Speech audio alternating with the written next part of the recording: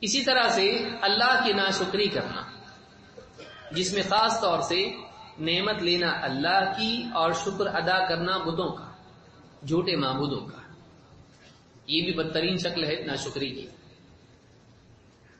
فرماتے ہیں مسئلہ نمبر 47، اضافت نعم اللہ الی غیرہ، اللہ کی نعمتوں کو اللہ کے علاوہ دوسروں کی طرف منسوب کرنا، کقولہ، جیسے اللہ نے فرمایا یعرفون نعمت اللہ ثم ینکرونہا، اللہ کی نعمت کو پہچان لینے کے بعد بھی پھر اس کا انکار کر دیتے ہیں۔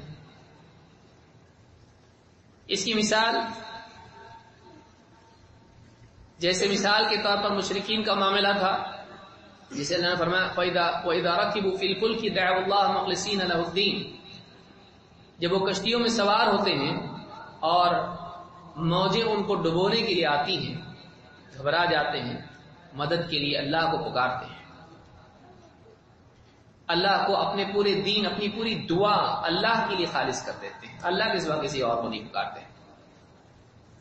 لیکن فلما نجاہم الی البر اذا ہم یشرکون، لیکن جب اللہ تعالیٰ ان کو بچا کے لے آتا ہے خشکی پہ، صحیح سلامت لوٹتے ہیں، تو پھر شرک کرنے لگتے ہیں۔ دیکھو فلاں بابا کے ماننے والے نہیں ہوتے تو اللہ بچاتا، فلاں بابا نے، فلاں بزرگ نے، اللہ کے ولی نے، ہم ان کے ماننے والے ہیں، دیکھو اللہ نے کیسا بچایا ہے۔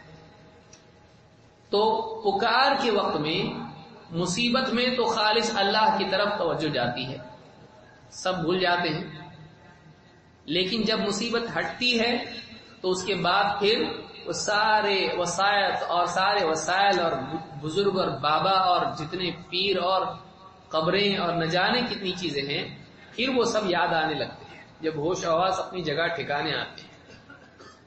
تو اللہ کی نعمت لیتے ہیں، شکریہ کسی اور کا ادا کرتے ہیں۔ تو یہ بھی جو ہے مشرکین کی خرافات میں سے، برائیوں میں سے تھا۔ یا انسان کا یہ بھی کہ انسان کو اللہ رب العالمین نے جو نعمتیں دی ہیں، ان نعمتوں میں اپنے کمال کا دخل ماننا، یہ بھی ایک برائی ہے۔ اللہ تعالیٰ نے قارون کا قول ذکر کیا، اس کے پاس اتنے سارے خزانے، مال جو بھی تھا، وہ کیا کہتا تھا؟ ایک دم ڈپلومیٹک سٹیٹمنٹ، جس میں اللہ کی بڑائی تو ہو ہی ہو، اپنی بھی ہو، دونوں۔ کیا؟ انما اوتیتہ علی علم عندی، یہ جو کچھ مجھ کو دیا گیا ہے، ٹھیک ہے، مطلب یہ مانتا تھا کہ دیا گیا ہے، یہ خارجی عطا کا اقرار اس میں ہے۔ انما اوتیتہ علی علم عندی، میرے علم کے بدلے میں، میرے علم کی بنیاد پر مجھ کو یہ دیا گیا ہے۔ یعنی اللہ تعالیٰ کی نعمت میں انسان اپنے کمال کا دخل سمجھے، میں اچھا تھا، عقل مند تھا، اس لیے اللہ نے ہدایت دی، میرے اندر پہلے سے خیر تھی اور میرے اندر یہ کمالات تھے، دیکھو اللہ نے مجھ کو فلاں چیز عطا کی۔ پورا اللہ کے لیے کیوں نہیں؟ اپنے آپ کو بیچ میں داخل کرنا یہ بھی ناشکری کی ایک شکل ہے۔ ایک انسان یہ کہے اللہ میرا تو کچھ بھی نہیں، تو دینے والا ہے۔ انسان واقعی خیر کی نسبت اللہ کی طرف کرے، اپنے کمالات کو بنیاد بنانا۔ یہ کمالات کہاں سے آئے حضرت؟ یہ جو سارے کمالات تھے یہ بھی تو اللہ نے دیے، تو پھر سارا ہی اللہ نے دیا، تو اس کو بنیاد کیوں بنائے؟ یہ بھی اللہ نے دیا، وہ بھی اللہ تعالیٰ نے دیا، تو اپنی طرف اس کی نسبت اور نعمت کی نسبت اللہ کی طرف، گویا کہ اپنا دخل ماننا اس میں، میرا دخل اس میں ہے، مجھے یہ اس وجہ سے ملا ہے کہ میں ہوں۔ انسان کا ایسا ماننا یہ فساد ہے۔ ہمارے اندر کوئی کمال نہیں، ہمارے اندر کوئی بھلائی نہیں مگر وہ جو اللہ تعالیٰ نے عطا کی ہے۔ تو انسان کا کھلے دل سے اللہ تعالیٰ کی عطا کا اعتراف کرنا اور اپنی ساری خیر کی نسبت اللہ کی طرف کرنا، یہ توحید کے لیے ضروری ہے۔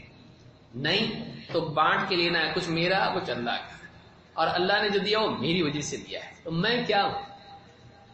یہ ابلیس کے نقش قدم پر چلنے کی کوشش ہے۔ لہذا یہ بھی ایک برائی ان میں تھی اور جاہلیت کی چیزوں میں سے تھی، جیسے قارون کا ذکر اللہ نے کیا یا اسی طرح سے مشرکین کا ذکر کیا کہ اللہ کی نعمت لینا لیکن شکر اللہ کے علاوہ کسی اور کا کرنا. اولاد کے لیے تو مانگنا، اے اللہ نیک صالح اولاد دے، اور پھر اولاد مل جائے تو فلاں بابا کا سایہ ہے ہمارے گھر کے اوپر، ان کی توفیق نظر کرم سے ہوا. کہیں سے ڈھونڈ کے نکالتا ہے، کوئی بابا سے کہیں نہ کہیں کنیکشن نکالتا ہے. تو یہ ساری خرافات ہیں، اس سے بچنا چاہیے. یہ بھی برائیوں میں سے تھا اور جاہلیت کی چیزوں میں سے تھی. نمبر 48، اللہ کی آیات کا کلی انکار، ساری اللہ کی آیتوں کا انکار کر دینا. الکفر بآیات اللہ، اللہ کی آیات و نشانیوں کا انکار کر دینا، جن میں دونوں قسم کی آیات ہیں. ایک آیات وہ ہیں جو انبیاء کے ذریعے سے بطور نشانی اور معجزے کی دکھائی جاتی ہیں، ان کا انکار کر دینا. جیسے قوموں نے دیکھا موسیٰ علیہ السلام کو اور ان کی نشانیاں دیکھی، ہاتھ بغل میں ڈال کے نکالتے تھے، روشن ہو جاتا تھا، عصا سانپ بن جاتا تھا. انہوں نے جادوگر قرار دے دیا اور ان کے چکر پر جادوگروں کو لا کے کھڑا کر دیا، ان کو ساحر بنا دیا. تو نشانیوں کا انکار کر دینا، سرے سے اس کا انکار، یا پھر اس کو ایسا نام دے دینا جو اس کی شان سے کمتر ہو، یعنی معجزے کو جادو بنا دینا. یا پھر جیسے مثلا مشرکین نے انکار کیا نبی صلی اللہ علیہ وسلم کا، اور کئی آپ نے معجزات دکھائے، انہوں نے اس کا انکار کر دیا. جس میں سے جدید دور کے بھی بہت سارے جنٹلمین ہیں، ماضی میں ہوں یا حال کے ہوں، جنہوں نے معجزات ہی کا انکار کر دیا. سر سید احمد خان ہوں یا دوسرے لوگ اس ذہن کے ہوں، جنہوں نے معجزات کی سائنسی توجیہ کرنے کی کوشش کی. اللہ تعالیٰ جو چاہتا ہے نبیوں کے ہاتھ پر ظاہر کرتا ہے. عجائبات، چونکہ قوم عموماً انسانیت کا عام طور سے حال یہ رہا ہے کہ وہ عجائب پرستی میں رہی ہے، وہی دیکھ کر مانتی ہے، لہذا اللہ تعالیٰ نے ایسے عجائبات نبیوں کو دیے کہ لوگ اس کو دیکھ کے دنگ رہ جائے اور واقعی ان کے دلوں میں بات اور ہیبت آ جائے کہ یہ عام آدمی نہیں ہے، تاکہ اس کی بات قبول کریں. لیکن آج اس دور میں جہاں ہر چیز سائنس اور کاز اینڈ ایفیکٹ اور ہر کیمیکل ریاکشنز اور فزکس کے قانون اور سب چیزوں میں بندھی ہوئی دکھائی دیتی ہے، بعض لوگ معجزات کا بھی انکار کر دیتے ہیں.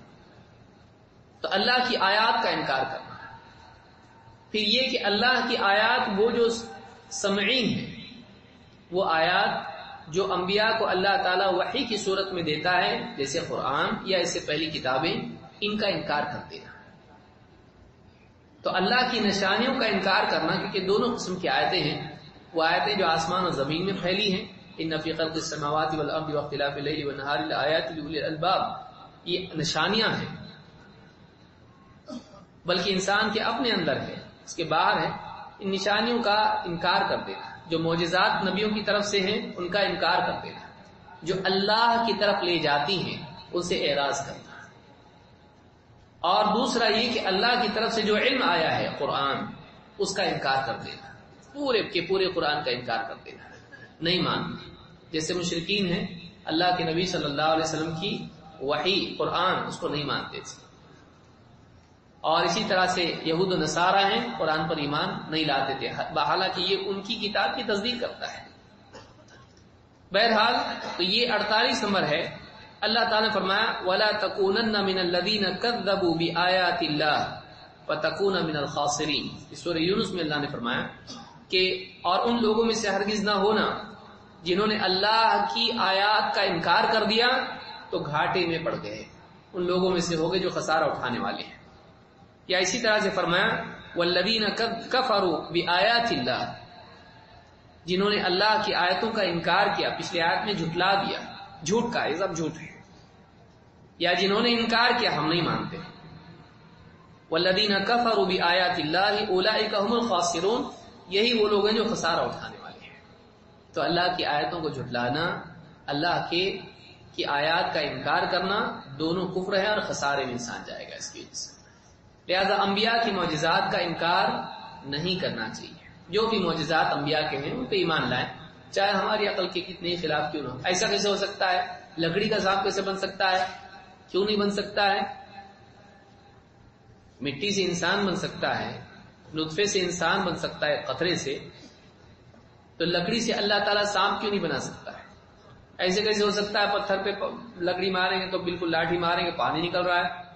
راستہ کیسے بن سکتا ہے؟ کیوں نہیں بن سکتا ہے؟ ہر چیز ہو سکتی ہے اگر اللہ چاہے۔ ہاں، لیکن اس کا دوسرا پہلو ہے کہ باباؤں کی ساری کرامتیں آپ جھوٹی، شرکیہ، کفریہ، اس کو بھی آپ لے آئیں، اس میں زبردستی گھسیٹ کے اور کہیں اللہ چاہے تو سب ہو سکتا ہے۔ اللہ چاہے تو سب ہو سکتا ہے، لیکن اللہ تعالیٰ شرک اور کفر والے کام کروائے گا اپنے ولیوں کے ذریعے سے، اپنے نبیوں کے ذریعے سے نہیں ہو سکتا ہے۔ اب بہت سارے واقعات گھڑ کے رکھے، اس کا وقت ہمارے پاس نہیں ہے۔ تو معجزات اور اللہ کی نازل کی ہوئی آیتیں، ان کا انکار یہ بھی جاہلیت ہے۔ نمبر 49، جحد بعضھا، کبھی انسان یہ کرتا ہے کہ پوری کتاب کا انکار کر دے، یا کبھی انسان یہ کرتا ہے کہ پورے معجزات کا انکار کر دے، لیکن کبھی ایسا نہیں بھی کرتا ہے، وہ سیلیکٹیولی مانتا ہے، کچھ معجزات کو مانے گا کچھ کو نہیں۔ یہ عقل میں نہیں آتا ہے۔ ماشاءاللہ آپ کی عقل اتنی بڑی ہے کہ ساری بڑی بڑی چیزیں اس میں آ جاتی ہیں۔ آپ کی عقل میں اگر نہیں آتا ہے تو مطلب غلط ہے۔ یہ آیت عقل میں نہیں آتی ہے، یہ حدیث عقل میں نہیں آتی ہے، تو اللہ تعالیٰ کی طرف سے آئے ہوئے علم کا بعض کا انکار کرنا اور بعض کو قبول کرنا، یہ بھی جاہلیت میں سے ہے کہ بعض حصوں کا انکار کر دینا۔ اللہ نے جیسے قرآن کریم میں فرمایا افتؤمنون ببعض الکتاب وتکفرون ببعض، کیا تم اللہ کی کتاب میں سے بعض پر ایمان لاتے ہو اور بعض کا انکار کرتے ہو؟ فما جزاء من يفعل ذلك منكم الا خزي في الحیاۃ الدنیا، تو جو کوئی ایسا کرے تم میں سے تو اس کے لیے اس کے سوا اور کیا بدلہ ہو سکتا ہے کہ دنیا میں اس کے لیے ذلت ہو۔ وَيَوْمَ الْقِيَامَةِ يُرَدُّونَ إِلَىٰ أَشَدِّ الْعَذَابِ، اور قیامت کے دن پھر ایسے لوگوں کو اس سے زیادہ سخت عذاب کی طرف لوٹایا جائے۔ وَمَا اللَّهُ بِغَافِلٍ عَمَّا تَعْمَلُونَ، اور تمہاری حرکتوں سے، تمہارے اعمال سے اللہ بے خبر نہیں ہے، غافل نہیں ہے۔ تو یہاں پر آپ دیکھیں گے کہ اللہ تعالیٰ نے ایسے لوگوں کو جہنم کے عذاب کی اور دنیا کی ذلت کی دھمکی دی جو اللہ تعالیٰ کی آیات میں سے بعض پر ایمان لاتے ہیں، بعض کا انکار کرتے ہیں۔ اللہ کو جزئی اقرار نہیں چاہیے، سیلیکٹیو ایمان نہیں چاہیے، سب ماننا پڑے گا، اور یہی امتحان ہے اور یہی ایمان واقعی ایمان ہے۔ ورنہ اپنی عقل کے تابع ہو کر ماننا کچھ نہیں ماننا اللہ کے نزدیک ایمان نہیں ہے۔ ایسا آدمی اللہ کے نزدیک کافر ہے۔